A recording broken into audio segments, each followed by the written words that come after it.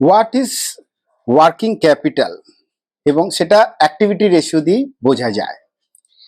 এইবার আমি এই ডেটাটা স্ক্রিনার থেকেই নিয়েছি, একটা কোম্পানি টারসন বলে। তো জেনারেলি দেখা যাচ্ছে এর গ্রস প্রফিট মার্জিন 68%।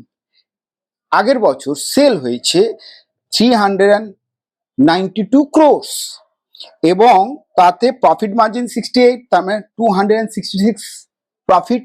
এবার সেলসের থেকে প্রফিট মাইনাস দিলে কি পাওয়া যায়? কস্ট অফ গুডস সোল্ড, মানে জিনিসটা বানাতে লেগেছে 126 ক্রোর্স।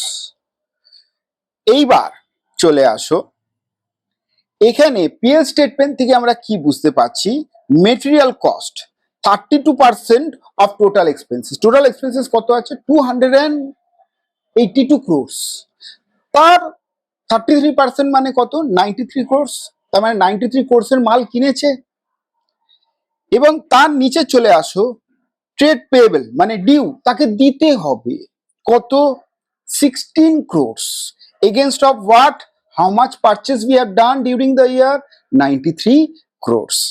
সেরকমই সেলস তো আমরা এক্ষুনি বলেছি 392 crores। আমি পুরোটাই ধরে নিচ্ছি ক্রেডিট সেলস। এবং তার এগেনস্টে কাস্টমারের থেকে অ্যাডভান্স কত নিচে? 1 কোটি। আর কাস্টমারের থেকে পায় 80 কোটি। তাহলে নেট নেট এফেক্ট কত হয়ে গেল?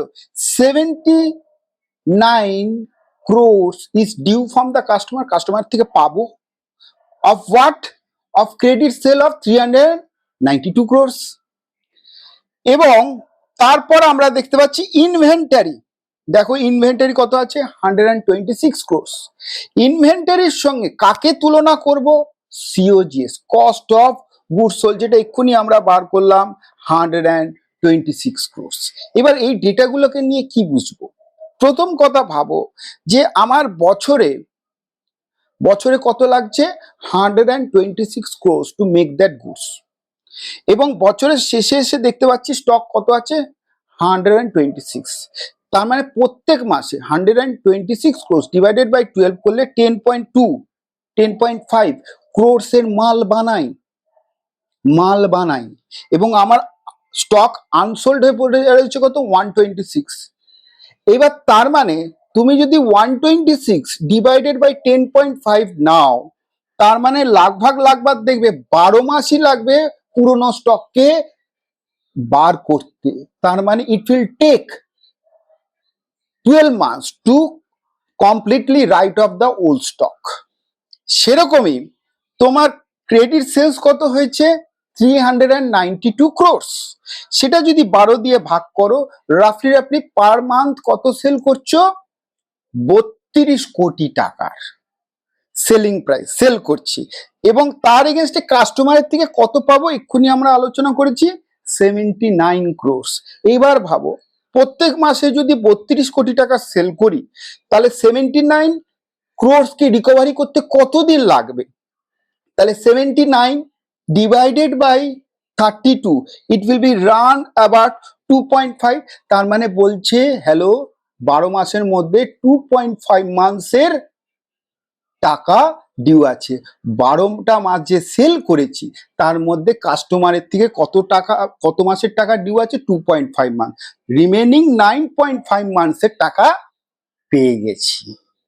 সেরকমই ক্রেডিটার্সের পারচেস কত করেছিলাম? 93 crores ডিভাইডেড বাই 12, রাফলি পারচেস করেছি 7.5 কোটি টাকার মতন মাল প্রত্যেক মাসে। এবং আমার লাস্টে ক্রেডিটারকে পেমেন্ট কত করতে হবে? 16 কোটি টাকা। তাহলে 16 কোটি ডিভাইডেড বাই 7.75, রাফলি আমার কি হয়ে গেছে? 2 মাসের ডিউ আছে। কেননা এই 16 কোটি টাকাকে রিকভার করতে কতদিন লাগবে? 2 মাস লাগবে। মানে 2 মাসের টাকা ডিউ আছে আর 10 মাসের টাকা ক্রেডিটারকে পেমেন্ট করে দিয়েছি। এইবার লক্ষ্য করো যে আমি ক্রেডিটারের থেকে কাস্টমারের থেকে কতদিনে পেমেন্ট পাচ্ছি? 2.5। ওয়্যারাস ক্রেডিটারকে পেমেন্ট করে দিচ্ছি 2 মাসের মধ্যে। ওয়্যারাস স্টক ফুললি সেলড হওয়ার জন্য কত মাস লাগছে? 12 মাস। তার মানে 12 মাস স্টকের ক্ষেত্রে 2.5 months for the debtors, total 14.5 months লাগছে টু সেল অফ কমপ্লিটলি। তার থেকে আমি ক্রেডিটারকে কতদিনে পেমেন্ট করতে হচ্ছে? 2 মাসে। তার মানে রাফলি 12.5